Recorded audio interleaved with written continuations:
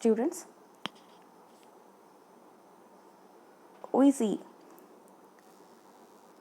in the previous classes about the classical waterfall model and how useful was that, and what are the shortcomings of the classical waterfall model. So classical waterfall model suffers from many shortcomings. It has its own disadvantages, that is, it could not be used for a realistic purpose, or it could not be used in practical sense. So in a practical software development work, it is not possible to strictly follow the classical waterfall model. So classical waterfall model is an idealistic model, that means it could be used only for the theoretical purpose. It forms a theoretical basis for all other developmental process. So in this context, we can view the iterative waterfall model as making necessary changes to the classical waterfall model so that it becomes applicable to practical software development projects. So the main change to the classical waterfall model is in the form of providing feedback path from every phase to its preceding phase. So as shown in this figure, there is a feedback path from each and every phase, which is not at all possible with the classical waterfall model. So the major disadvantage or shortcomings of the classical waterfall model was that it does not provide any feedback path. So once a path is completed, once a phase is completed, it could not be reworked. That was the major shortcoming of the classical waterfall model. So making some changes with that classical waterfall model, we get a iterative waterfall model. The iterative waterfall model provides some feedback path. The feedback path allows the correction of errors committed during a phase as and when these are detected in a later phase. So for example, if during testing a design error is identified, then the feedback path allows the design to be reworked and the changes to be reflected in the design documents. So every phase could be reworked. That is the major possibility of the iterative waterfall model. That means at any stage of detection of an error, we can correct the error by conducting a rework of the phase. But there is no feedback path to the feasibility stage.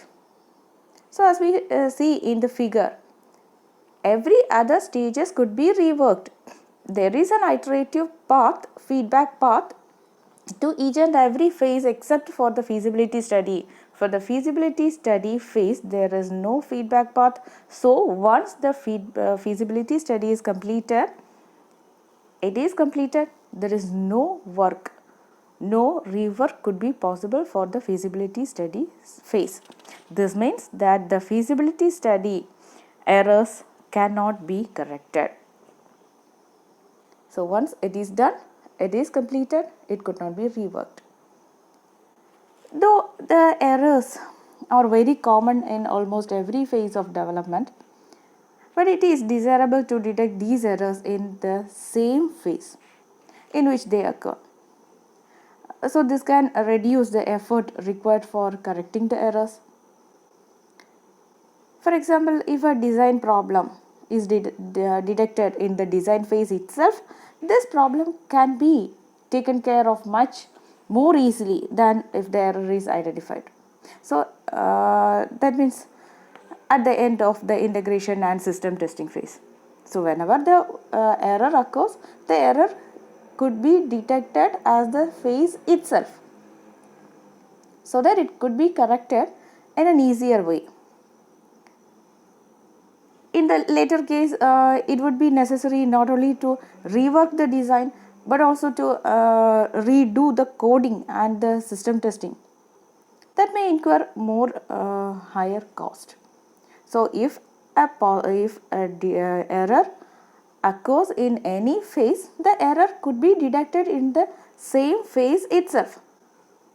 So it may not always be possible to detect all errors in the same phase in which they occur, but the errors should be detected as early as possible. So the principle of detecting errors are close to their points of introduction as possible, and this is known as the phase containment of errors. So phase containment of errors is detecting the errors in the same phase itself, in the same phase of commitment of the errors, early detection of errors, most probably at the same phase where the error occurs. So this reduces the effort and time needed for correction of the errors. If the errors are corrected at the same phase where they occur, it reduces the time, cost and effort needed for the error correction. But how can the phase containment of errors be achieved? An important technique that is frequently used is to conduct reviews after every milestone. In spite of best effort to detect errors in the same phase in which they are committed, still some errors can escape detection and would be detected in a later phase. This necessitates the rework of the already completed phases. So, thus a phase may not end at the specific time instant. It may need rework later, because the customer may request for a change, or there may be some error. So every phase need to be reworked later. Phase overlapping of the iterative waterfall model provides a rework after a phase is completed, and this avoids the blocking state. Okay, now it is given the time distribution of effort for various phases in the iterative waterfall model is given in the figure, but still there are some shortcomings of the iterative waterfall model. That means it provides feedback path, but a good understanding of the waterfall model is necessary to appreciate and understand the other development process. Waterfall model has several shortfalls. The first one is that the waterfall model cannot satisfactorily handle the different types of risk that a real life software project may suffer from. So it is unable. The waterfall model, iterative waterfall model, could not be used for software development process that have high risk possibilities. For example, the waterfall model assumes that the requirements are completely specified before the rest of the development activities can start, because there is no feedback path is provided to the feasibility study. So when the customer provides his requisites, it should be clearly analyzed. So the requirements should be completely specified before the developmental activity starts. Therefore, it cannot accommodate the uncertainties concerning the requirements that exist at the beginning of most of the projects.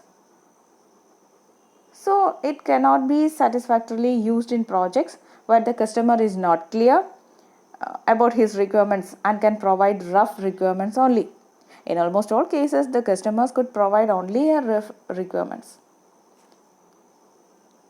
Other thing is that To achieve better efficiency and higher productivity, most real life projects find it difficult to follow the rigid phase sequence prescribed by the waterfall model. So the waterfall model, either in the case of iterative waterfall model or the classical waterfall model, it provides a rigid phase sequence. The term rigid phase sequence means that a phase can start only after the previous phase is completed. As we seen earlier, a phase could only be started after completing the previous phase in all respects. So this rigid adherence to the waterfall model would create blocking state in the system. That is, once a developer completes his work, he waits for the phase to get over. Since the work required to be done in a phase is distributed among several team members, some members may complete their work earlier than other members. The team members who complete their work early would be able to do their next activity. Or this would clearly be a wastage of resources, and wastages are rarely tolerated in real projects. So this may cause additional cost incurrence to the project. And considering the overall distribution of effort for various phases in the iterative waterfall model, we see that the time and effort needed for the feasibility study is comparatively less, because the feasibility study phase is not at all reworked. There is no iterative feedback path for the feasibility study. So the feasibility study is completed, and once it is completed, it reminds us that there is no rework performed at the feasibility study stage. So the time and effort needed for the feasibility study is comparatively less. But it is somewhat higher for the requirement analysis and specification, and more higher for the design phase, coding phase, and the testing process becomes a more effortful and time consuming job, because most of the errors are detected at this phase, and most of the errors should be corrected on the testing phase. So testing phase may be performed repeatedly. So this may incur more cost and effort, and of course time needed for testing process would be comparatively greater than the other phases. So we see the shortcomings of the iterative waterfall model. It is difficult to accommodate the change request, and incremental delivery is not supported. That means we could not develop the phases in an incremental way. We say that classical waterfall model as well as the iterative waterfall model provides strict phase containment. So once the phase is exited, it could not be reworked. In iterative waterfall model, every phase other than the feasibility study could be iteratively performed, but the feasibility study could not be iteratively performed. That means once the requirements are specified by the customer, it should be clear. Rough requirements may cause error on the program, and it does not provide phase overlap, and error correction unduly becomes expensive on the iterative waterfall model, and it provides less interaction with the customer, and it is of course heavyweight. No support for risk handling and code reuse. It does not support risk handling and code reusability. So with these considerations, we move on to the prototyping model. So now we know what is a classical waterfall model and its shortcomings. Classical waterfall model forms the theoretical basis for all other models, but it could not be used in the practical sense. So we make some changes to the classical waterfall model to form the iterative waterfall model. Now The iterative waterfall model could not be used for incremental phase. That means it provides strict phase entry exit criteria. So to overcome that disadvantages, we make use of the prototyping model. It is of course an extension of the waterfall model, and it uses rapid prototyping using the 4GLs. Now the prototyping model requires that before carrying out the development of the actual software, a working prototype of the system should be built. A prototype is a toy implementation of the system. A prototype is usually built using several shortcuts. Shortcuts means it involve use of inefficient, inaccurate or dummy functions. So developing a prototype, that means developing a model of the system with inefficient, inaccurate, dummy functions, that is called as a prototype of the system. So the shortcut implementation of the function, for example, may produce the desired result by using a table lookup rather than by performing the actual computations. So it becomes a crude version of the actual system. Prototype is a crude version of the actual system. That means it does not provide any actual functionalities that is expected from the system. It is just a dummy function.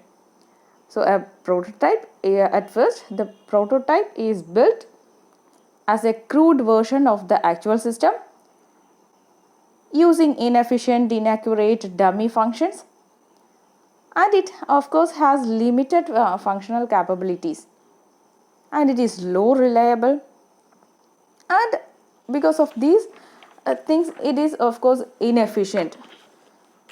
It has an inefficient performance also, because a prototype only forms an idea to develop a software. It just provides an idea to develop a software. It is not an actual software. So it is always developed using dummy functions only to get an idea of how the actual software would be. For many types of projects, there are several advantages of building a prototype before the actual product is developed. An important use of a prototype can be to illustrate the input data formats, messages, reports, and the iterative dialogues to the customer. So customer can get a clear idea of how his software would be after developing the software.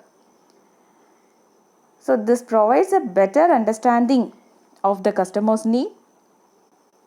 In this regard, the prototype model turns out to be especially useful in developing the graphical user interface part of the system.